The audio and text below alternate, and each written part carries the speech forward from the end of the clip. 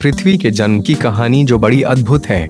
हमारे इस ब्रह्मांड में न जाने कितने राज छुपे हैं। इसकी कल्पना कर पाना संभव ही नहीं बल्कि असंभव है।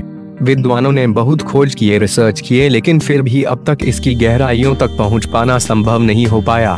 पृथ्वी के जन्म की बात करें तो इसकी कहानी अद्भुत है। भौगोलिक, शास्त्रीय और अलग अलग विद्वानों ने पृथ्वी के जन्म की कहानी को अपने अपने तरीके से बताया है। पुराणों में भी पृथ्वी के शुरुआत होने के बारे में काफी कुछ बताया गया है, लेकिन अब तक कोई भी एक निष्कर्ष तक नहीं पहुंच पाया है।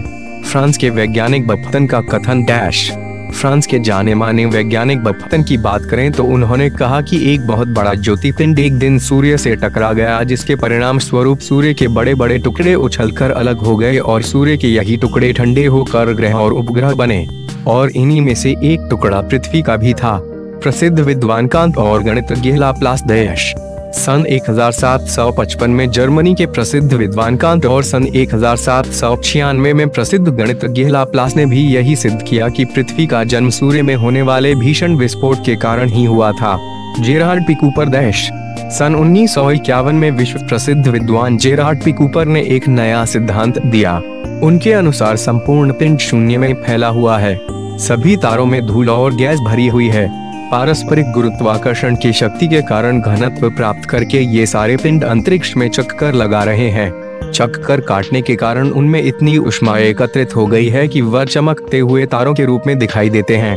जेरार्ड पी कूपर का मानना है कि सूर्य भी इसी स्थिति में था और वो भी अंतरिक्ष में बड़ी तेजी से चक्कर लगा रहा था। उसके चारों ओर वाष्पीय धूल का एक घेरा पड़ा हुआ था और वो घेरा जब धीरे धीरे घनत्व प्राप्त करने लगा तो उसमें से अनेक समूह बाहर निकलकर उसके चारों ओर घूमने लगे, जो हमारे ग्रह और उपग्रह हैं। और इन्हीं में से एक हमारी पृथ्वी है, जो सूर्य से अलग होकर ठंडी हो गई और उसका यह स्वरूप हमें दिखाई देता है। कहते हैं करोड़ों वर्षों तक पृथ्वी जल रही थी, जिसके कारण उसके भाप के बादल वायुमंडल में फैले थे, और यही वजह थी कि सूर्य की किरणें पृथ्वी तक पहुंच नहीं पा रही थी।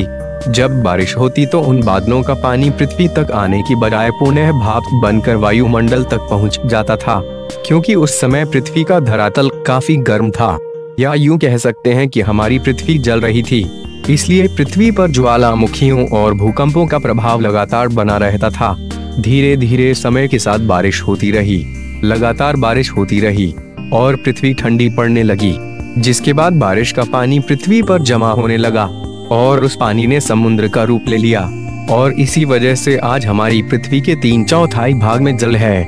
लगातार मूसलाधार बारिश के बाद पृथ्वी के चारों ओर से बादल छटी और तब जाकर सूर्य की किरणें पृथ्वी तक पहुंची।